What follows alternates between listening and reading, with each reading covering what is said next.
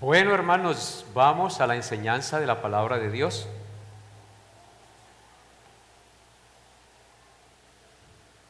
Dispongamos todo nuestro ser. Oremos al Señor para que Él disponga nuestra mente, nuestro corazón, porque estamos en un ambiente espiritual, netamente dedicado al Señor.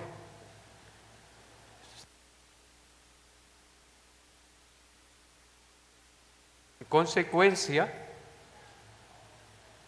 requerimos la asistencia del Espíritu de Dios. Inclina el rostro y oremos al Señor. Bendito Señor, una vez más invocamos tu santo nombre y te rogamos en el santo nombre de tu Hijo Jesús, Padre amado, que dispongas todo nuestro ser, nuestra mente, nuestro corazón, nuestros oídos, nuestra actitud. Quita, Señor, la pereza, el sueño, las distracciones y concédenos estar con la mente receptiva, guiados por tu Espíritu Santo. Permite que nuestro corazón sea tierra fértil donde la semilla de tu palabra crezca. Primero caiga, germine, crezca y produzca fruto, y en los que ya está sembrada, siga creciendo y produciendo fruto. En los que no, permite que hoy caiga y sea de provecho a su vida, para que esa persona te conozca y venga a ti reconociendo tu salvación, tu misericordia y tu amor. Guíame, Señor, en mis palabras, pon en mi mente, en mi corazón, en mis labios, Señor, lo que es recto y justo para enseñarlo a mis hermanos. Ayúdame, Señor, en mi debilidad y no mires mis pecados, porque tu Hijo pagó por ellos. Mírame a través de Jesús y ayúdame en tu gracia. Te lo pido, Señor, en el nombre de tu amado Hijo Jesucristo. Amén. Todos con su Biblia abierta en el Evangelio de Juan, en el capítulo 13, por favor.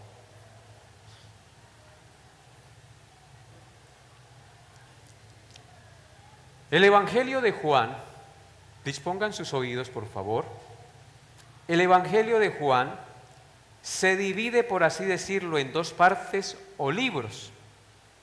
La primera parte va del capítulo 1 al capítulo 12. A esta primera parte la podemos llamar el libro de las señales, donde las palabras y señales de Jesús apuntan a su divinidad, a su identidad como el Mesías Salvador enviado del Padre. En esta primera sección, de los capítulos 1 al 12, Jesús hizo 7 señales y dijo cosas que ningún otro hombre ha dicho de sí mismo. La primera señal que él hizo fue convertir el agua en vino en unas bodas en Caná de Galilea. La segunda señal que él hizo fue la curación del hijo de un noble a distancia. El hijo de ese noble estaba enfermo y sin necesidad de que él fuera, dijo que sea sano, y el muchacho sanó desde el mismo momento que el Señor lo declaró. La tercera señal fue la curación del paralítico de Betesda, un hombre que llevaba 38 años postrado sin poderse parar. El Señor lo sanó milagrosamente en un día de reposo. La cuarta señal fue la que él hizo cuando caminó sobre las aguas. Jesús se acercó a sus discípulos caminando sobre el mar de Galilea durante una tormenta, revelando su control sobre la fuerza de la naturaleza. La quinta señal fue caminar sobre las aguas. ¿Yo qué les dije? Me faltó una, la de los 5,000. Alimentó a los 5,000 con 5 panes y 2 peces, a más de 5,000 personas a la vez. La sexta fue la curación de un ciego de nacimiento. De manera milagrosa le sanó y le permitió ver. Y la séptima fue la más gloriosa de todas, la resurrección de Lázaro después de 4 días de muerto.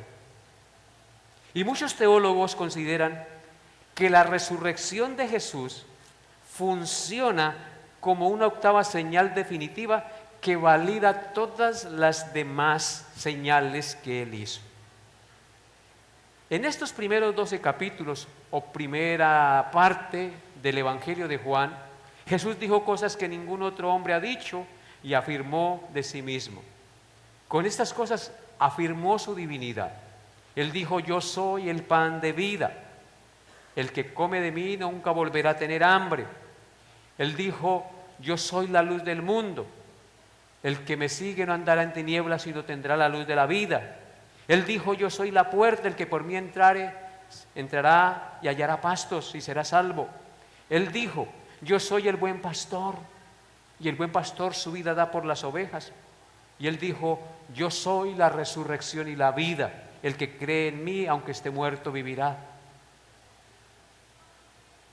Hermanos, esta primera parte nos habla de la divinidad de Jesús a través de sus señales y de sus palabras. Sin embargo, los judíos rechazaron las evidencias del Mesías prometido manifestadas ante sus ojos. Y la segunda parte del Evangelio de Juan inicia en el capítulo 13 y termina en el capítulo 21. A esta segunda parte se le llama el libro de la pasión o el libro de la gloria del Señor. Del capítulo 13 al 17,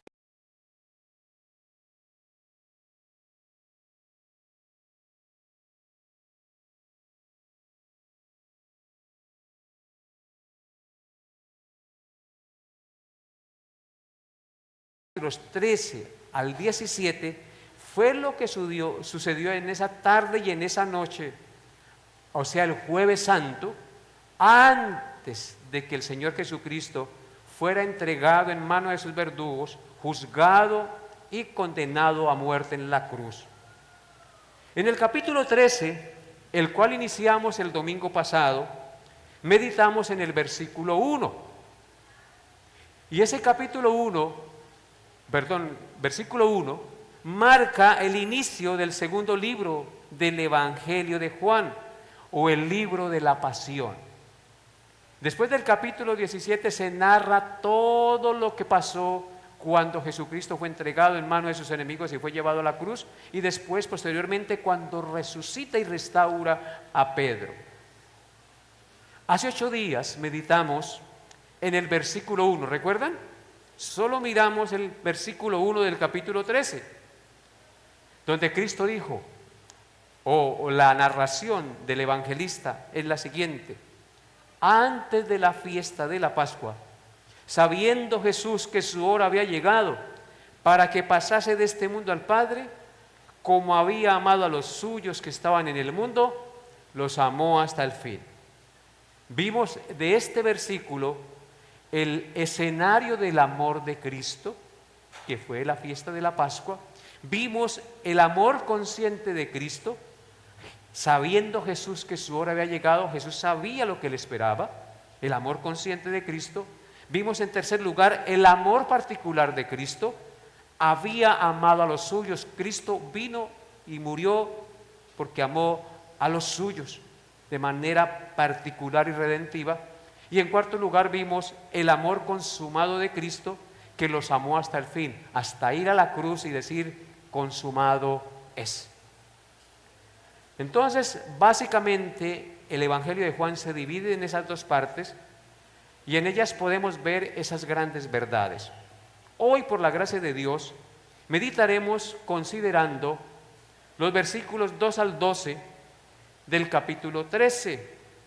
Así que les invito a leer los versículos 2 al 12 del capítulo 13 del Evangelio de Juan, de este segundo libro. Dice así: recordemos que estamos en el aposento alto. Jesús está reunido con sus discípulos en ese lugar para comer la Pascua. Dice el verso 2: y cuando cenaban, como el diablo ya había puesto en el corazón de Judas Iscariote, hijo de Simón, que le entregase, Sabiendo Jesús que el Padre le había dado todas las cosas en las manos y que había salido de Dios y a Dios iba, se levantó de la cena y se quitó su manto y tomando una toalla se la ciñó.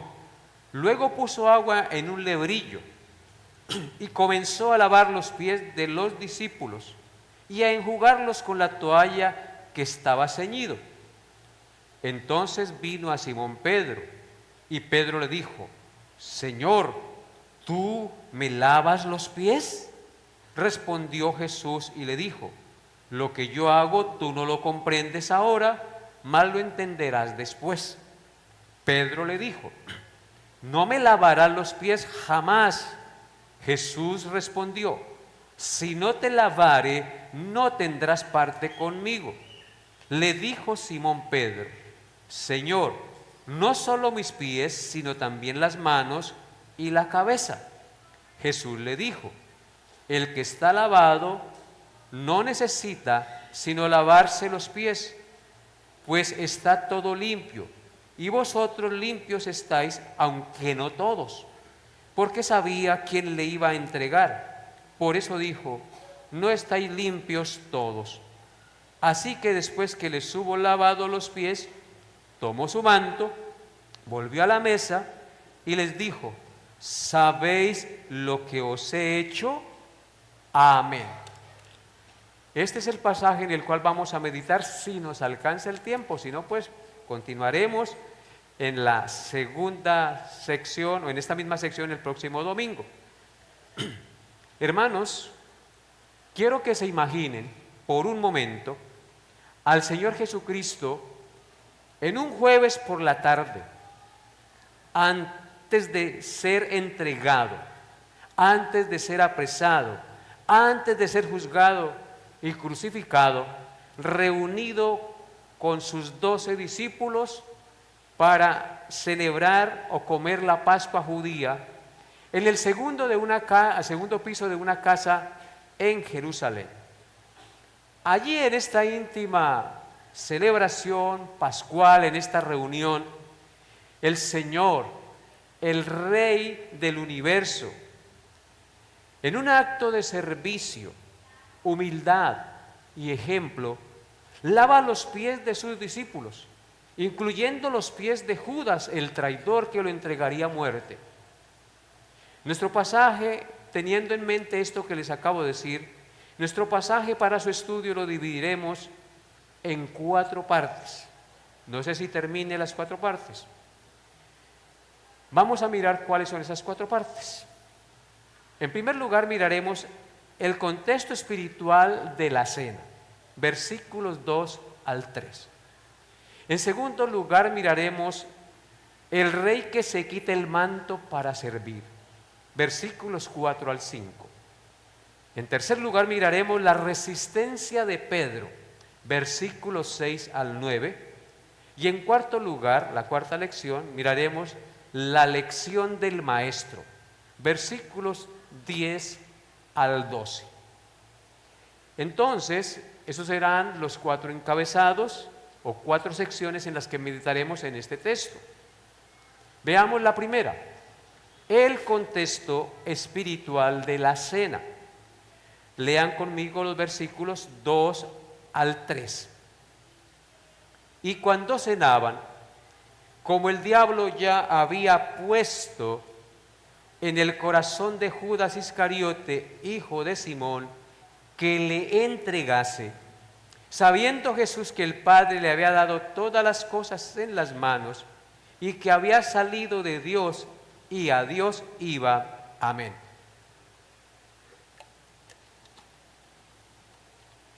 La escena de la última cena, me salió en verso. La escena de la última cena en el aposento alto comienza en un ambiente de tensión espiritual muy profundo. Hay una traición presente entre el grupo que está reunido, entre los discípulos del Señor con los cuales está sentado a la mesa. El versículo 2 dice: y cuando cenaban, como el diablo ya había puesto en el corazón de Judas Iscariote, hijo de Simón, que le entregase. El Señor no ignoraba lo que había en el corazón de Judas. Sabía perfectamente lo que él haría en su contra posteriormente esa noche. El Señor Jesucristo ya había hablado de él mucho antes y de su condición espiritual, como uno que era el diablo y formaba parte de los 12 que él había escogido. Sin perder ahí, Juan, vaya conmigo al capítulo 6. Por eso es que es bonito tener la Biblia en física, porque usted puede poner un dedito en el Evangelio de Juan 13 e ir al capítulo 6. Si usted tiene el celular no lo puede hacer, tiene que salirse e ir allá. Entonces vaya conmigo a Juan 6, capítulo 6, versículos 70 y 71, y escuchen lo que Cristo dijo de Judas. Dice así, Juan 6, 70 al 71. Jesús les respondió: no os he escogido yo a vosotros los 12, y uno de vosotros es diablo. Hablaba de Judas Iscariote, hijo de Simón, porque este era el que le había de entregar y era uno de los 12. Como vemos, antes de este episodio de Juan 13, Jesucristo ya había mencionado que uno de sus discípulos era un diablo. Era un diablo. En Juan 13:2 se nos muestra que el diablo introdujo en el corazón de aquel infeliz la atroz abominación o la abominable idea de traicionar a su maestro por avaricia al dinero. Noten nuevamente lo que dice el texto. Y cuando cenaban, como el diablo ya había puesto en el corazón de Judas Iscariote, hijo de Simón, que le entregase. Así que el diablo introdujo en el corazón de aquel infeliz la atroz y abominable idea de entregar a Jesucristo por avaricia, por amor al dinero. Este fue el paso final y definitivo de su apostasía y traición, la cual lo llevó a la condenación eterna. La persona de Satanás y su naturaleza maléfica, como padre de toda maldad, mentira y tentación, queda claramente revelada en este versículo. El texto dice, como el diablo ya había puesto en el corazón de Judas que lo entregara. Estas palabras transmiten gráficamente la forma de obrar que tiene Satanás. Él echa las semillas del mal en los corazones de aquellos a quienes tienta. El corazón es la tierra que cultiva las semillas sembradas, bien sea semillas del bien o bien sea semillas del mal.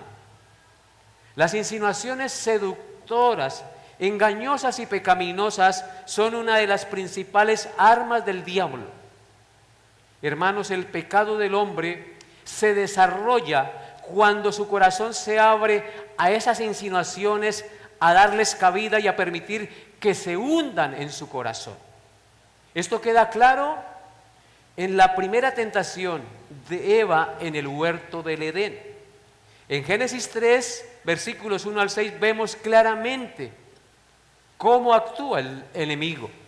Génesis 3, del 1 al 6 dice: pero la serpiente era astuta, más que todos los animales del campo que Jehová Dios había hecho, la cual dijo a la mujer: ¿con qué Dios os ha dicho, no comáis de todo árbol del huerto? Ese Dios sí es jodido.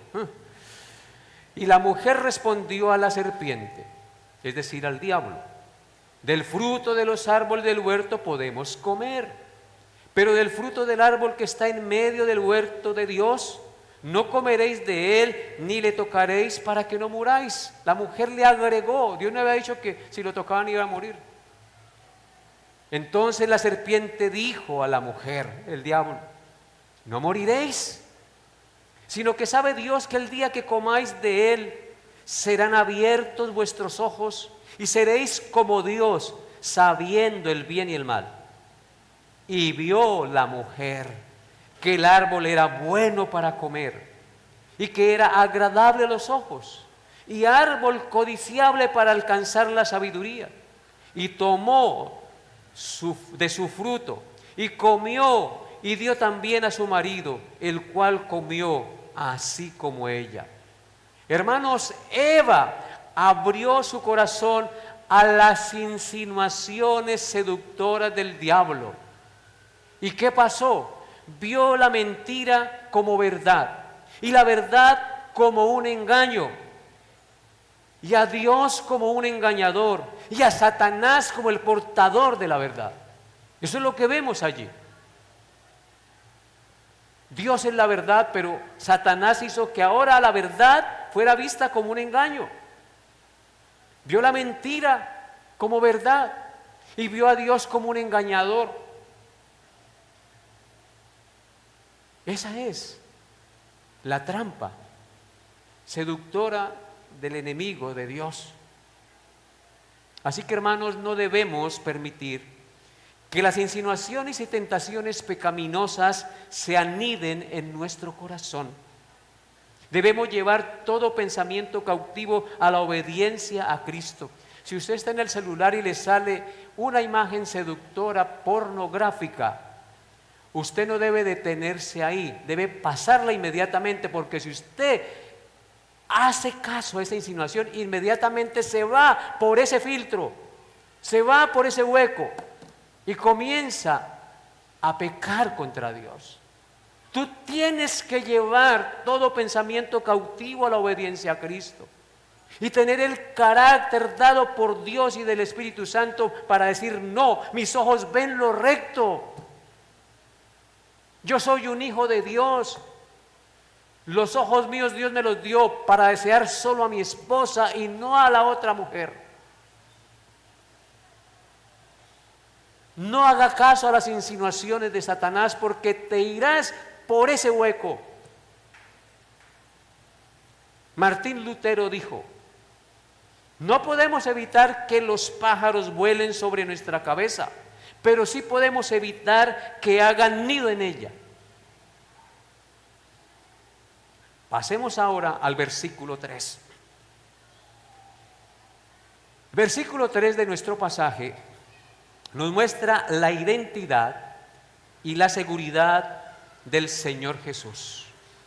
El texto dice: sabiendo Jesús que el Padre le había dado todas las cosas en las manos y que había salido de Dios y a Dios iba. El versículo 3 entonces, al observarlo, nos enseña tres verdades fundamentales sobre la identidad y autoridad del Señor Jesús, estableciendo el fundamento teológico para el acto de humildad más famoso de Jesús: el lavamiento de los pies. Veamos la primera cosa que nos enseña este pasaje. En primer lugar, el pasaje nos enseña la autoridad absoluta. El texto afirma que Jesús sabía que el Padre había puesto todas las cosas en sus manos. Esto nos enseña que Jesús tenía autoridad por sobre todo. Por sobre todas las cosas el Señor tenía autoridad, porque el Padre le había dado esa autoridad. Por consiguiente, su servicio no nació de debilidad o de la falta de opciones, sino de una posición de poder supremo. A veces uno sirve porque no tiene opciones en qué servir, entonces se pone a servir. El servicio del Señor no nació así, no nació de debilidad, yo sirvo a ver si cojo fuerzas. No, no nació de la falta de opciones, sino de una posición de poder supremo. Él era supremo por sobre todas las cosas. Haciéndonos con esto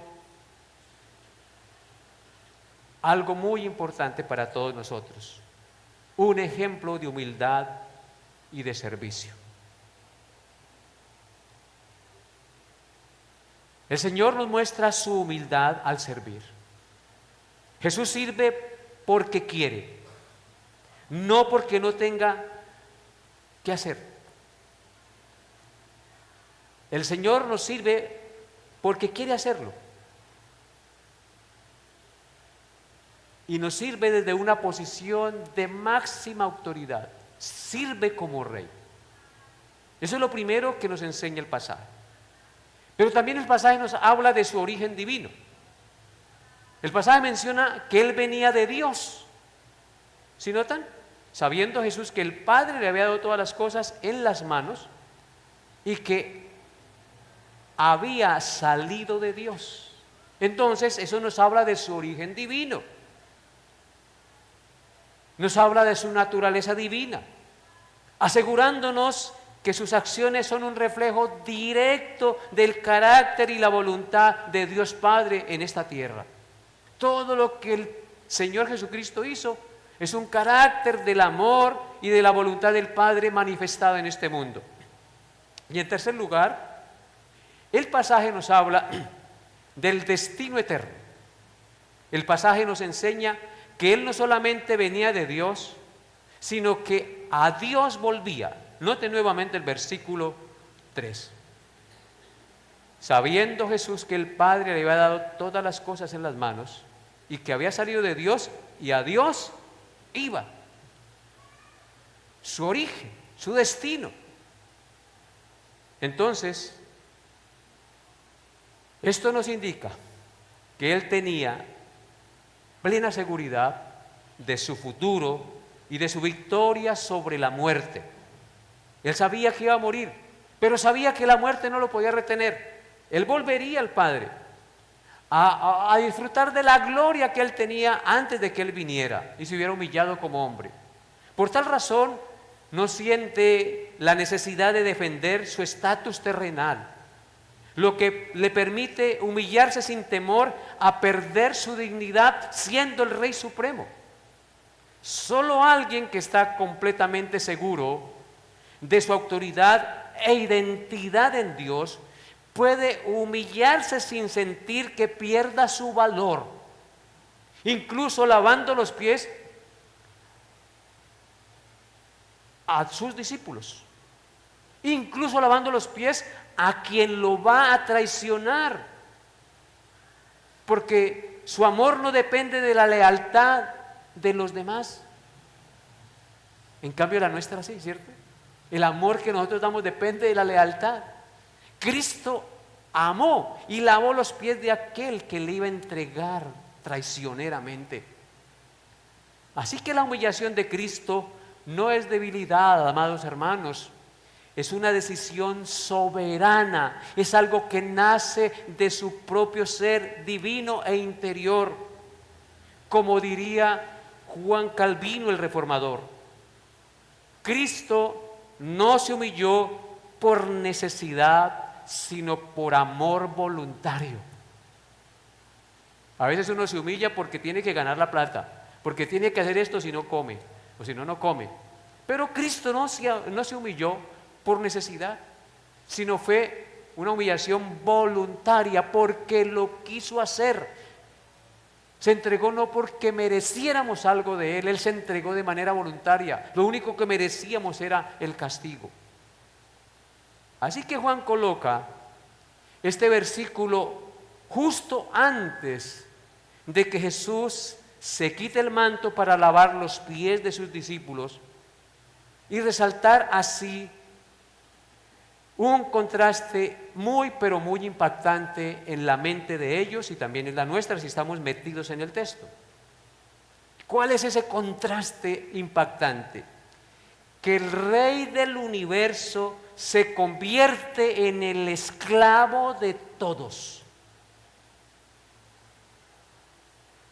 Esto nos enseña que el verdadero liderazgo y la verdadera grandeza no consisten en dominar a otros desde una posición de poder, sino en usar esa autoridad para servir con amor y humildad, inspirando así a quienes Él lidera. Y esto debería quedar claro en nuestra mente, y voy a repetir esto que dije. El liderazgo verdadero o la verdadera grandeza no consiste en dominar a otros desde una posición de poder, sino en usar esa autoridad para servir con amor y humildad, inspirando así a quienes lideramos o a quienes servimos mejor. Habiendo considerado la primera sección de nuestro pasaje, el contexto espiritual de la cena, ahora meditaremos en la segunda sección. El rey se quita el manto para servir. Juan 13, 4 al 5. Lean conmigo. Se levantó de la cena y se quitó su manto, y tomando una toalla se la ciñó.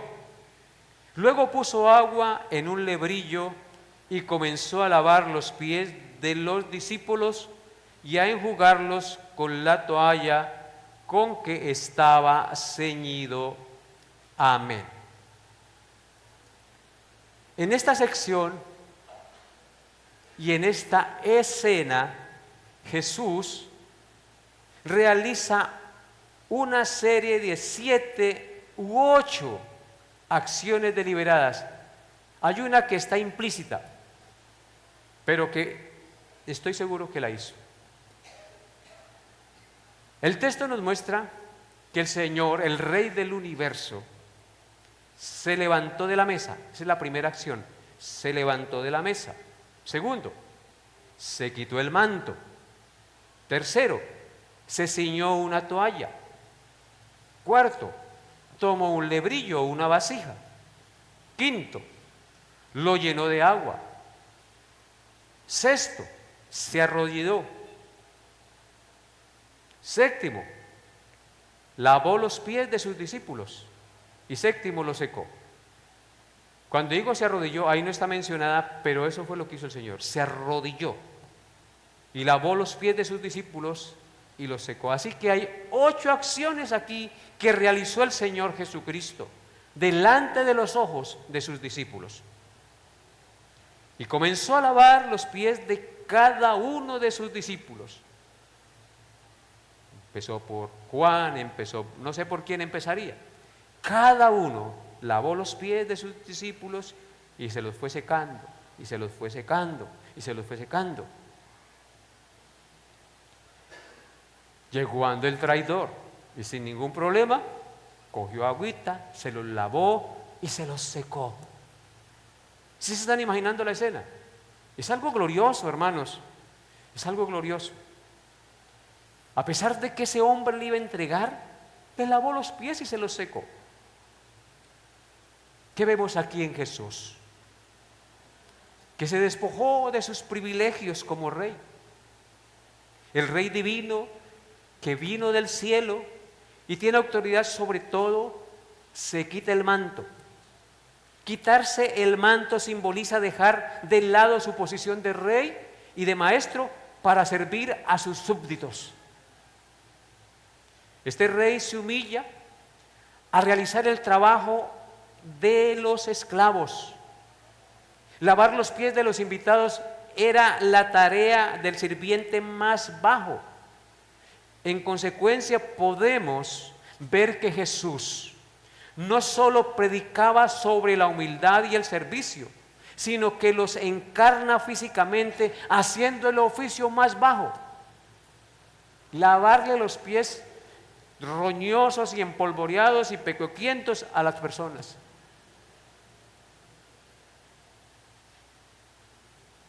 Con este acto de humildad, humillación y servicio, Jesús simbolizó cómo Él, siendo Dios, dejó su posición de honor y de gloria para hacerse servidor de la humanidad.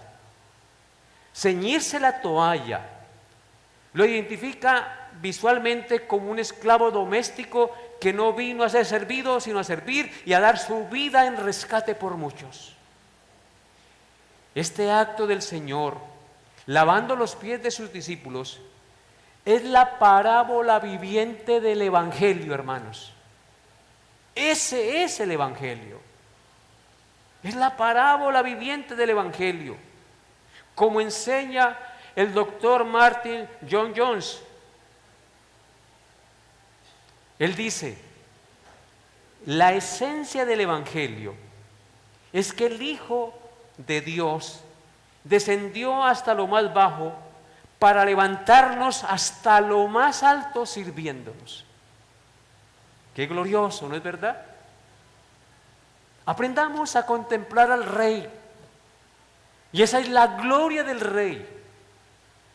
Eso es lo que lo hace glorioso e inigualable. Él es único, no hay otro. El Rey, el Supremo, el Santo, se hizo esclavo para salvarnos y levantarnos de la miseria, del estiércol donde vivíamos, del pecado, del lodo cenagoso. Nosotros debemos aprender a contemplar la gloria de Jesús. No solamente como mirando una luz, sino entendiendo que ese que es luz y perfecto se humilló a tal punto que se hizo un servidor de pecadores, aún de ese miserable que le entregó. Ese es Jesús. Se despoja en su encarnación. Siendo Dios, se encarnó. No estimó el ser igual a Dios como cosa a que aferrarse. Se humilla, tomando forma de siervo, hecho semejante a los hombres, y estando en la condición de hombre, se humilló muriendo en la cruz para limpiarnos y redimirnos de nuestros pecados inmundos que nos separaban de Él.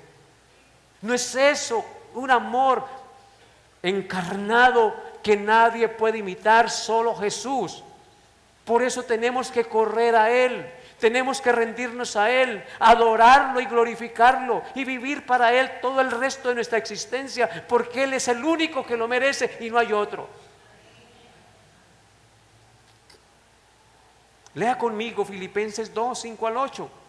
Yo sé que muchos lo conocen de memoria, pero vale la pena volverlo a leer. Y lo acabé ahorita de recitar, Filipenses 2, 5 al 8. Mira lo que dice. Porque es un llamado que el Señor nos hace en su palabra para que hagamos lo mismo, para que lo imitemos. Filipenses 2, 5 al 8 dice en el versículo 5: haya pues en vosotros este sentir que hubo también en Cristo Jesús. Aquí estamos llamados a tener en nosotros ese mismo sentir de Jesús, a deponer todo orgullo, toda arrogancia, toda altivez, todo deseo de grandeza y de querer brillar delante de los demás, el cual, siendo en forma de Dios, no estimó el ser igual a Dios como cosa a que aferrarse.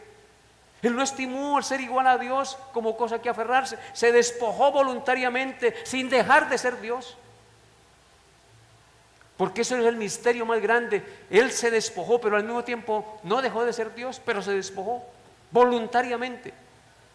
Así como lo vemos allá en el lavamiento de los pies, se despojó el manto y se humilló. Y eso no lo hizo menos. Y algunos hacer un trabajito por ahí, lavar un baño, ¡ay! Yo no puedo hacer eso. ¿Qué te las crees? ¿De qué te las picas? Dicen por ahí.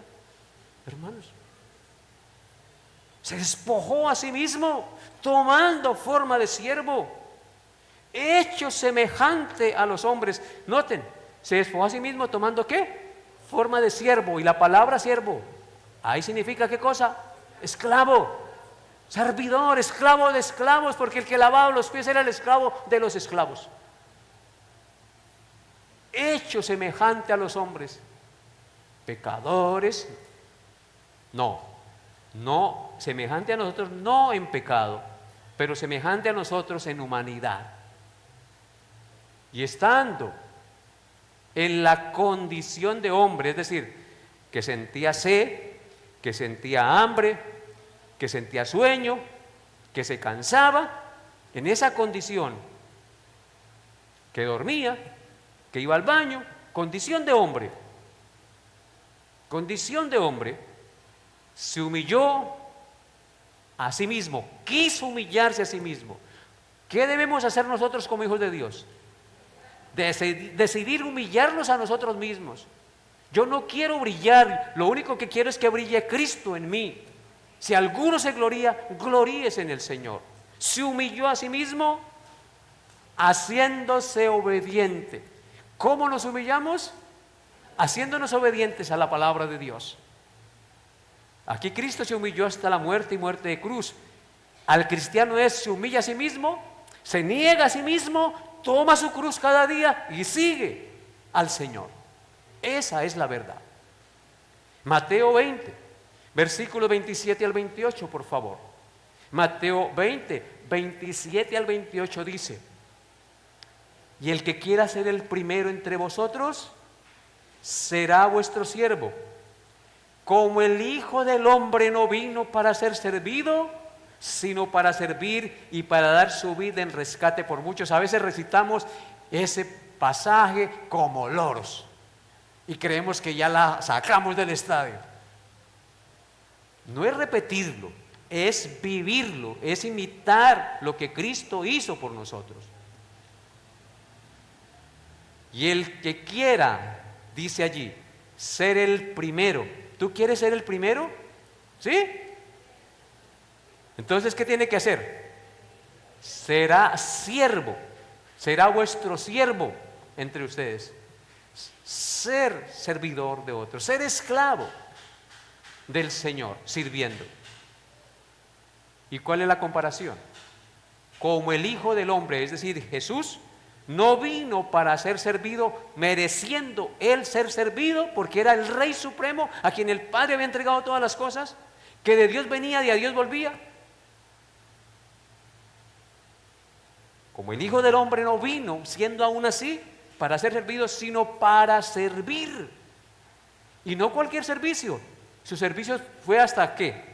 Hasta dar su vida por muchos. Y esos muchos significa su pueblo, su iglesia. Sabiendo Jesús que su hora había llegado, como había amado a los suyos que estaban en el mundo, los amó hasta el fin. Ese es nuestro Señor. Vemos en este acto voluntario del lavamiento de los pies que Jesús pone su vida como modelo de servicio, cambiando el concepto de grandeza humana por uno basado en la entrega, la humildad y el servicio desinteresado. Habiendo considerado la segunda sección, el rey se quita el manto para servir, ahora meditaremos en la tercera sección, la resistencia de Pedro, versículos 6 al 9. Dice así la palabra de Dios. Entonces vino a Simón Pedro, y Pedro le dijo: Señor, ¿tú me lavas los pies? Respondió Jesús y le dijo: lo que yo hago tú no lo comprendes ahora, mas luego lo entenderás, o lo entenderás después. Pedro le dijo: no me lavarás los pies jamás. Jesús le respondió: si no te lavare, no tendrás parte conmigo. Le dijo Simón Pedro: Señor, no solo mis pies, sino también las manos y la cabeza. Amén. Pedro se escandaliza ante la idea de que Jesús, cuando llega ante él, cuando va en fila lavando los pies, le quiera lavar los pies.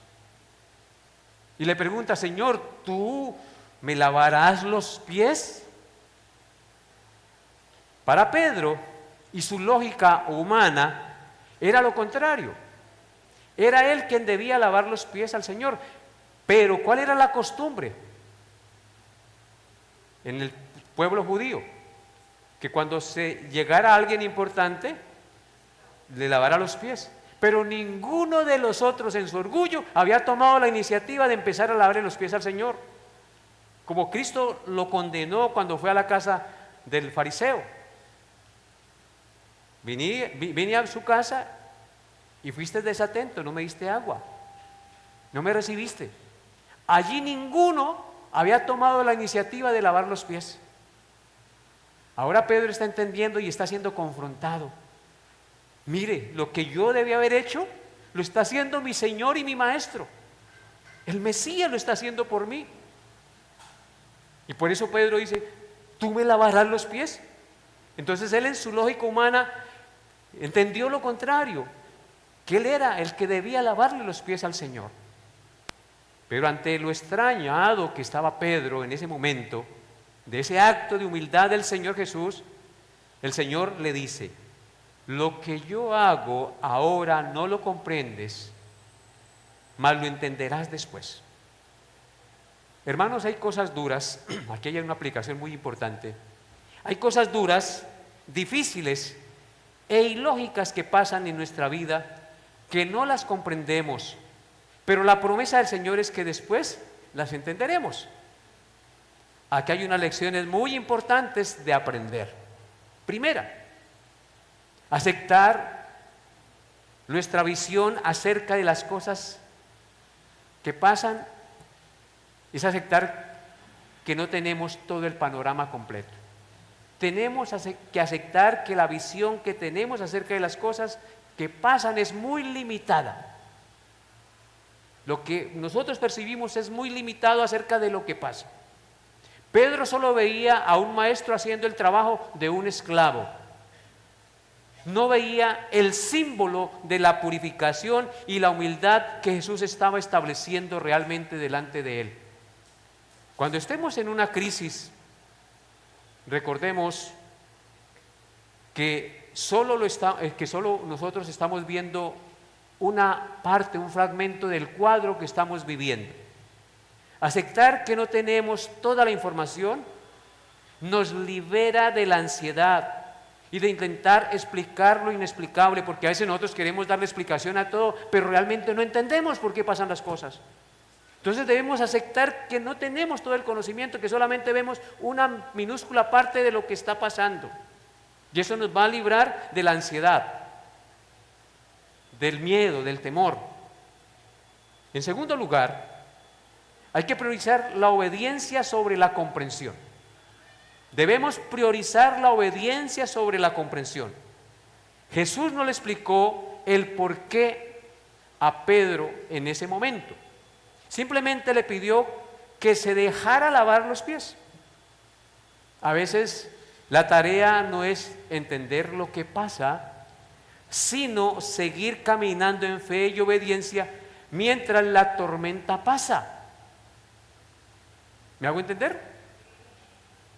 La fe no es entender a Dios, sino confiar en su carácter, en su sabiduría, mientras Él actúa, aunque usted no entienda lo que está pasando en el momento, o solamente vea una fracción de lo que está pasando. En tercer lugar, tenemos que aprender a descansar en la promesa del después, porque ahí el Señor nos habla de la promesa del después. Jesús dijo, lo entenderás después, Pedro, aunque ahorita no lo comprendas. Muchas veces el propósito de una enfermedad, de una pérdida económica, de la muerte de un ser querido, de uno que a veces nos traicionan, uno confiando en él, cobra sentido meses o años más tarde. En el momento uno entiende y todo ve uno gris y desastroso. Pero ya cuando pasa el tiempo, el Señor va aclarándonos y ya han pasado más cosas que van encajando en ese rompecabezas. Y entonces podemos decir, ahora comprendo por qué el Señor me pasó por todo esto. ¿No es verdad? Así es Dios. Entonces aprendamos ¿a qué? A descansar en la promesa del después. Después entenderemos las cosas. Y cuando aprendemos a descansar en el después, entenderemos las cosas. Eso nos quita la frustración, porque aunque no entendamos este dolor ahora, esta situación tan difícil que estamos pasando, el Señor después nos permitirá entenderlo y entonces glorificaremos a nuestro Dios y diremos: ¡qué Dios tan sabio! Por eso permitió que pasara, porque si no hubiese pasado por eso, hubiese seguido en mi terquedad, en mi pecado, en mi desgracia. Si creemos que el Creador del universo está lavando nuestros pies, es decir, cuidando de nosotros de formas extrañas o de formas dolorosas, estemos tranquilos. Estemos tranquilos porque nuestra falta de entendimiento no detiene su propósito en nosotros. Yo sé que lo que Él está haciendo es perfecto. Yo sé que lo que Él permitió que pase, aunque sea doloroso, lo permitió por alguna cosa. Si confiamos en la mano poderosa que sostiene el cántaro, el agua de la verdad nunca faltará, mi amado hermano, en casa. Pedro se sentía indigno y le parece inapropiado que Jesús haga el trabajo del siervo más bajo. Y por eso le dice: no me lavarás los pies jamás. Lo que el Señor le estaba dando era una cachetadita de amor. Ninguno de ustedes tomó la iniciativa de humillarse a lavar los pies de sus hermanos. Yo les voy a enseñar cómo se hacen las cosas. Pero el Señor le contesta: si no te lavare, no tendrás parte conmigo. El lavamiento de los pies no es solo un acto físico, hermanos, sino un símbolo de la limpieza espiritual necesaria para estar en la comunión con Dios. Si el Señor no nos limpia, no podemos tener comunión con Él. Nosotros no podemos limpiarnos a nosotros mismos. Necesitamos que el Señor mismo nos limpie. Cuando el Señor le dice: si no te lavo, no tendrás parte conmigo, con esta respuesta radical, solo Jesús puede limpiarnos. Debemos entender que solo Jesús puede limpiarnos del pecado para poder tener comunión y parte con Él. No es por obras, hermanos, no es por méritos, es por la gracia de Dios que en su bondad quiso limpiarnos. Ante la respuesta radical del Señor, Pedro le contesta. Él entiende ahora lo que el Señor le dice. Le dice: entonces, Señor, no me lave solo los pies, láveme también las manos y láveme también la cabeza, si no puedo tener parte contigo. Esto muestra el deseo apasionado de comunión, aunque inicialmente no entendiera el significado profundo del acto. Pedro se había negado rotundamente a que Jesús le lavara los pies por orgullo o porque se sentía mal de que era el que lo debía hacer, una humildad malentendida. Sin embargo, cuando Jesús le advierte: si no te lavo, no tendrás parte conmigo, Pedro reacciona con un giro de 180 grados. Su respuesta significa que ante la posibilidad de quedar excluido de la presencia o del reino de Jesús, él está dispuesto a entregarse por completo, no solo una parte, sino todo su ser. Y eso debería también ser el deseo nuestro cuando entendemos lo que el Señor está obrando. Pero aquí hay algo muy importante. Pedro parece captar que este lavamiento no es solo higiene física, sino que conlleva una limpieza o beneficio espiritual. Al pedir que le lave las manos y la cabeza, después de haberle lavado los pies, eso demuestra que quiere que la purificación de Jesús alcance también sus pensamientos y sus acciones, porque de la cabeza es que salen nuestros pensamientos y las manos simbolizan ¿qué cosa? Las acciones. Entonces, ¿qué queremos nosotros de Jesús? Limpia nuestros pensamientos, Señor, y limpia nuestras acciones para poder honrarte y glorificarte. Y eso es lo que está deseando Pedro en esos momentos, porque entendió que el único que lo puede hacer es Jesús. Este pasaje es uno de los mejores ejemplos del carácter impulsivo de Pedro, quien solía ir de un extremo al otro como un reloj de péndulo. Pasa de la resistencia total, no me lavarán los pies jamás, al entusiasmo excesivo. Lávame todo, Señor. Lávame la cabeza, lávame las manos. Entonces, hermanos, espero Dios no alcance a terminar todo. Nos faltó otro punto. Ese lo miraremos en la próxima reunión, el próximo encuentro con el Señor en este lugar, si Dios nos da la vida. Y seguiremos meditando en esta gloriosa verdad que hoy hemos visto y que seguiremos meditando el próximo domingo, si Dios nos da la vida. Espero Dios haya hablado a sus corazones, queridos hermanos, y que ustedes hoy salgan de aquí con ese sentido de humildad, de reverencia y de querer ser servidores y no que nos sirvan. Colóquese de pie y vamos a orar. Padre bendito, Padre bueno, ¿a quién iremos? Solo tú tienes palabras de vida eterna. Solo tú salvas, Señor. Solo tú limpias, solo tú purificas los pensamientos, nuestro caminar en este mundo, nuestras manos, nuestras acciones. ¿A quién más vamos? Te pedimos perdón por el orgullo, por la arrogancia, por la altivez que tenemos en nosotros aún. Decimos como el salmista: lávanos más y más y más de nuestra maldad. Purifícame y seré más blanco que la nieve.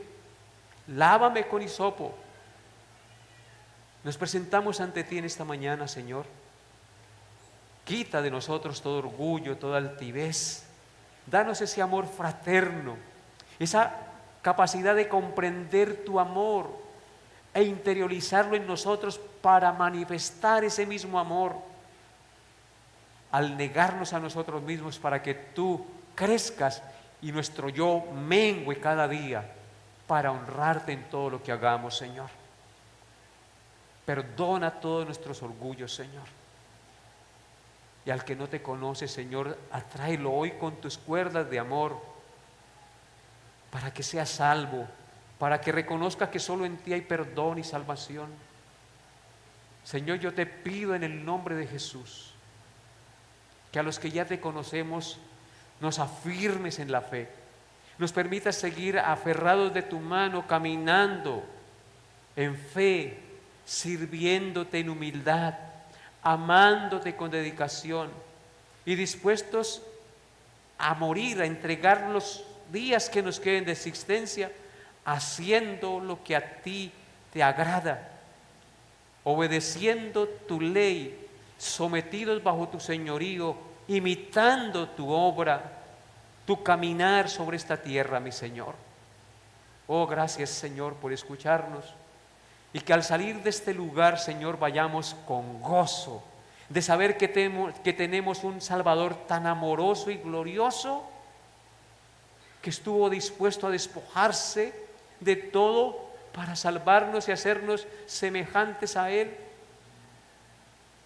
Gracias, Señor. Gracias, gracias, gracias en el nombre de Jesús. Amén y amén. Que la paz de Dios, que sobrepasa todo entendimiento, guarde sus corazones y sus pensamientos en Cristo Jesús. Dios le lleve en su paz. El culto ha terminado, hermanos. Compartan un ratico, no se vayan tan rápido.